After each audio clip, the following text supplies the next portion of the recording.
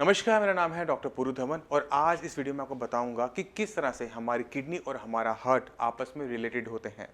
अगर आपको kidney failure की दिक्कत है तो कैसे आपको हार्ट फेल हो सकता है और कैसे आपका अगर हार्ट फेल हो चुका है तो क्यों किडनी खराब हो जाती है ऐसे पेशेंट के अंदर। तो इसको समझने के लिए थोड़ा सा हमें बॉडी की एनाटॉमी को समझना पड़ेगा कि किडनी और हार्ट आपस में मिलते कैसे कैसे वो मिलके काम करते हैं।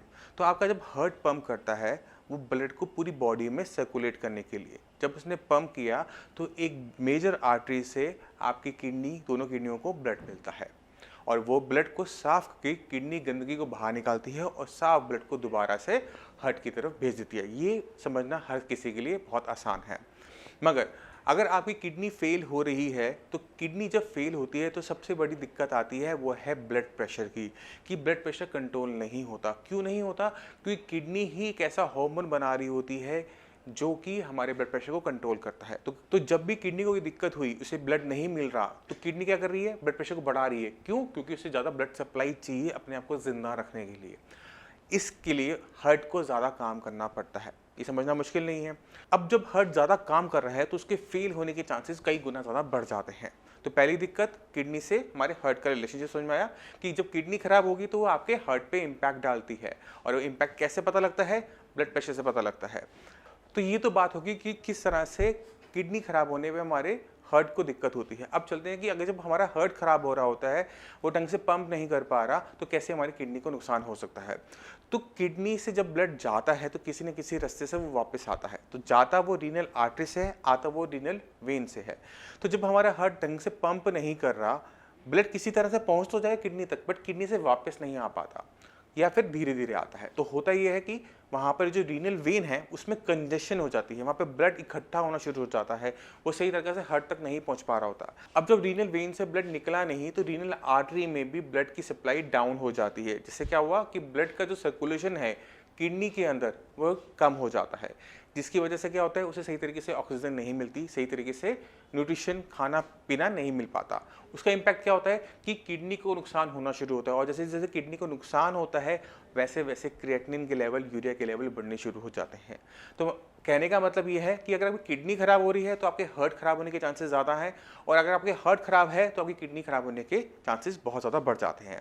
तो दोनों चीज़ों का हमें ध्यान रखना होता है।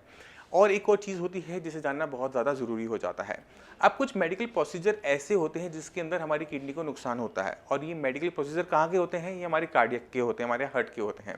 तो मान लो कि आपका हार्ट ब्लॉक हो जाता है तो एक प्रोसीजर होता है जिसके अंदर हमें आपकी लेग की वेसल से आपके हार्ट तक स्टंट डालना होता है। ये हम सब जानते हैं कि स्टंट डाला जाता है, मगर स्टंट को डालते समय स्टंट कहाँ तक पहुँचा कहाँ तक नहीं पहुँचा उसे हमें देखना भी पड़ता है। अब हम शरीर के अंदर कैसे देखेंगे? तो शरीर के अंदर देखने के लिए एक स्पेशल इंक डाली जाती है, उसको डाला जाता है और उसे सीटी की मशीन से देखा जाता है कि वो कहाँ तक पहुँच गई, कहाँ तक हमारा स्टंट पहुँच गया है। अब ये जो इंक होती है ये खुद में नेफ्रोटॉक्सिक होती है, यानी कि वो किडनी को नुकसान पहुंचाने वाली होती है।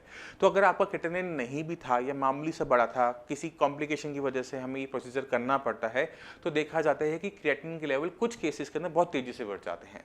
तो अगर हम अपने हार्ट का ध्यान रखते हैं तो हम इस तरह के प्रोसीजर से बच सकते हैं। तो हमने करना क्या होता है, सबसे पहले अपने बीपी को मैनेज करके रखना होता है कि बीपी हमारा नॉर्मल लिमिट्स में रहे। दूसरा ध्यान हमने क्या रखना होता है कि अगर आपका कोलेस्ट्रॉल के लेवल ज़रूरत से ज़्यादा बढ़े हुए हैं तो उसे कंट्रोल में रखें, अपनी डाइट को अच्छा रखें, अपने खाने के अंदर नमक, घी, तेल की मात्रा कम से कम रखें कि हमारे हार्ट को किसी भी टाइप की प्रॉब्लम ना हो, क्योंकि अगर उससे कोई प्रॉब्लम होगी तो हमारी किडनी की प्रॉब्लम और तेज़ी से बढ़ जाएगी। और इन दोनों की ऑर्गन्स का ध्यान रखना हर एक किडनी पेशेंट के लिए खासकर बहुत ज़्यादा ज़रूरी हो जाता है, क्योंकि कहीं पर भी चूकोगे नुकसान सिर्फ पेशेंट का होता है, किसी और का नहीं होता, सिर्फ पेशेंट को ही सबसे ज़्यादा सहना पड़ता है। मैं उम्मीद करता हूँ इस वीडियो से आप किडनी और हार्ट के रिलेशनशिप को समझ गए होंगे। अब अगर आप किडनी फेलियर के पेशेंट हैं, क्रिएटिनिन लेवल बढ़ रहा है, जीएफआर डाउन हो रहा है, तो आपको उसके बारे में, उसे कैसे बढ़ाना है, कैसे सुधार करना है, कैसे किडनी की फंक्शनिंग बढ़ानी है, इसके बारे में भी पता होना चाहिए। तो मैं चाहता हूँ कि इस चैनल पर जितनी भी वीडियोज़ हैं उन्हें आप एक एक करके देखें, क्योंकि इस चैनल के ऊपर सारी की सारी किडनी से रिलेटेड, किडनी फेलियर से रिलेटेड सारी वीडियोज़ हमने डाल रखी है, और उनको एक एक करके देखने से आपको बहुत ज़्यादा अच्छी जानकारी मिल जाएगी। फिर भी आपके माइंड में कोई भी डाउट हो, कुछ भी पूछना चाहते हो, तो हमारे डॉक्टर्स अवेलेबल हैं, आप मुझसे भी आकर मिल सकते हैं। अब इसी के साथ आप सभी से मैं चलने की आज्ञा चाहूँगा। मिलते हैं अगली वीडियो में, तब तक के लिए नमस्कार।